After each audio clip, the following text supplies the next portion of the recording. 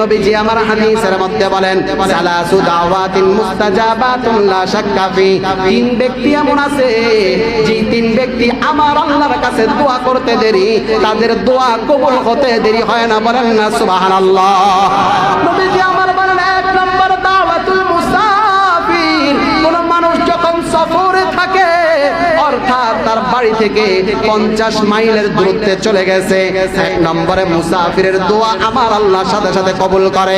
এই জন্য আপনার বাড়ি থেকে অথবা আপনার পরিচিত কেউ যদি উমরায় যায় অথবা হজে যায় অথবা তাবলীগের সফরে যায়, তার কাছে যাইয়া তাকে একটা হাদিয়া দিবেন, হাদিয়া দিয়া তার কাছে দোয়া চাইবেন। কারণ নবীজি আমার হাদিসের মধ্যে বলেন, মুসাফির ব্যক্তি যখন দোয়া করে সেই দোয়া আমার আল্লাহ সাথে সাথে কবুল করে। দুই নম্বরে হলো দাওয়াতুল মাজলুমি, যেই ব্যক্তি মাজলুম জুলুমের শিকার হয়েছে, সে যখন দোয়া করে আমার আল্লাহ সাথে সাথে কবুল করে নেয়।